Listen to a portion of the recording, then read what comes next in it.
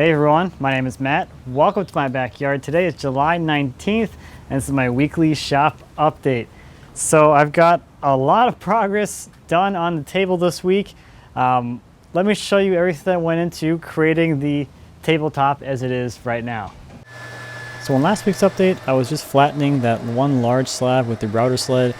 So I got started this week working on flattening the other slab for the other half of the table. And for this one, I'm going to use a combination of the jointer and the planer to get this thing into flat. I made a really shallow rabbet across the entire width, or as wide as the jointer, and that left me with a 1/4 inch tall waste piece there. So normally at this point, you would just put a piece of sheet goods on that flat area to raise the whole thing off the bed of the planer. But since this thing was so big and unwieldy anyway, I figured I might as well just bring that whole area down, flush to the rest of the surface, and then just run that whole thing through the planer.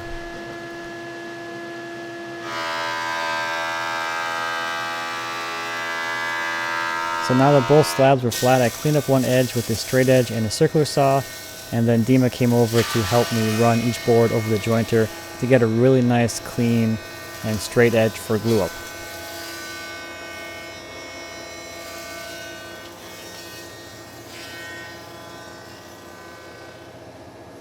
Threw a few dominoes into the edge just to help keep these things aligned, since there was a little deviation in thickness on the board that I did with the router plane. This just makes sure that the top face just stays nice and flush. And then once the glue was dried, I could cut these things to length. Next I can start working on the breadboard ends, and I started by creating the groove and the mortises for the tendons. I got as much done as I could with my spiral bit, and then I switched to a longer straight bit to get all the way down to the full 3-inch depth. And here's what it looked like when it was done. Next I can start working on the tendons on the end of the table. To do this I used that spiral bit again with the router and an edge guide, and basically cut a big tongue on the ends of the table.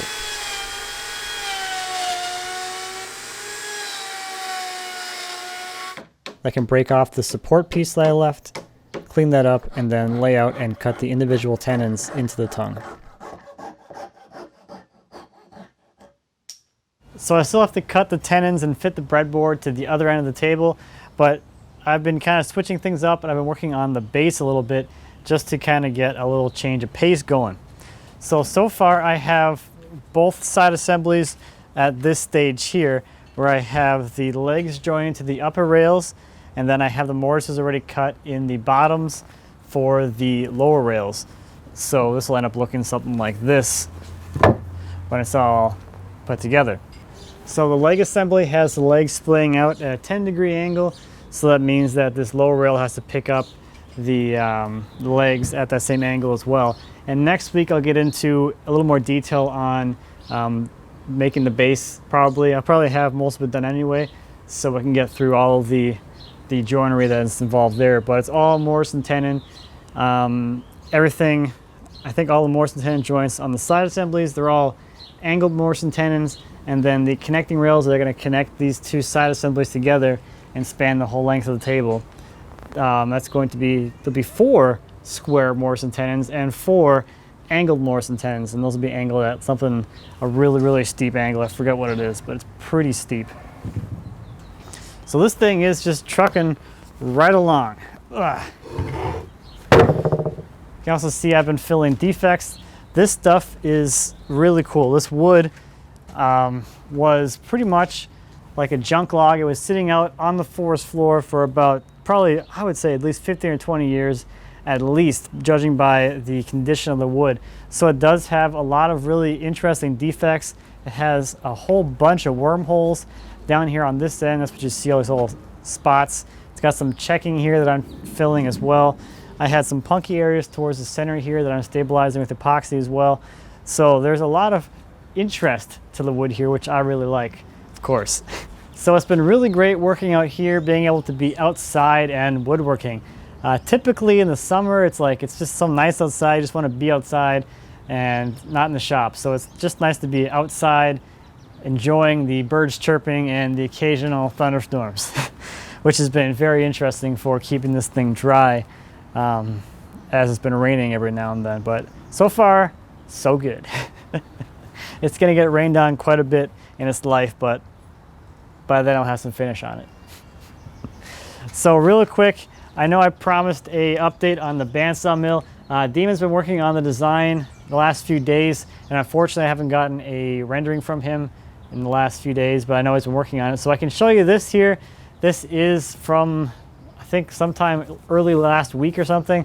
It was basically when we were just trying to finalize the dimensions of everything. So what you'll see here is a track that's 16 feet long. It's got a carriage that is 3 feet long and these 30-inch band wheels on there, just to get an idea of the size of things and just to kind of get a starting point from there. We've been working on the design for the saw head to get that thing figured out, to have the wheels adjustable in all the directions that they need to be, the frame to keep things rigid, the tensioning mechanism, and the raise and lower mechanism for the saw head on the carriage. So that's coming along quite nicely. I'm pretty happy with the progress there because I'm kind of working through this really quickly. I think it feels quickly, at least at this point it feels quickly. So by the time I'm done with the table, I probably won't get started on the matching benches right away. I'll probably get into the sawmill build at that point, and that'll probably be in I don't know, maybe 2 weeks or something. So looking forward to that whole thing.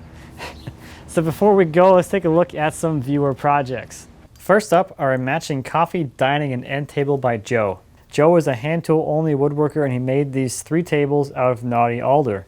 He said the apron on the table has hand-cut dovetails with an additional support across the width in the center and bent wire legs. You can also check out Joe's blog for some additional details. There'll be a link to that in the description. Next up is a bench by Derar.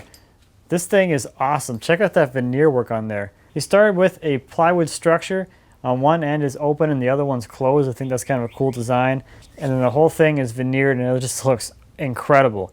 Some incredible veneer work there. Next is a hexagonal pen by Levi. The body of the pen is made from oak, and the end cap, which looks like an eraser on a pencil, is made from mahogany. Levi is 14 years old and he made a video about making this pen over on his YouTube channel. I'll have a link to that in the description. Next is a reclaimed mahogany box by Conor. This box was made from mahogany that came from discarded window frames that someone's going to get rid of. He ripped and planed them by hand, and then he used his father's table saw to cut the box joints. Lastly is this bowl by Clayton, and this is his first bowl that he ever made. It's made from purple heart, and I'm sure I'll butcher this because I've never heard this wood before, Gitambu. Awesome work, Clayton. So that's about it for this week. Next week, expect to see this tabletop sitting on its own legs instead of my old sawhorses. So thank you as always for watching. I greatly appreciate it. If you have any questions or comments about anything I talked about today or anything here, I guess outside here or back in the shop, please feel free to leave me a comment. As always, I'd be happy to answer any questions you might have. And until next time, happy woodworking.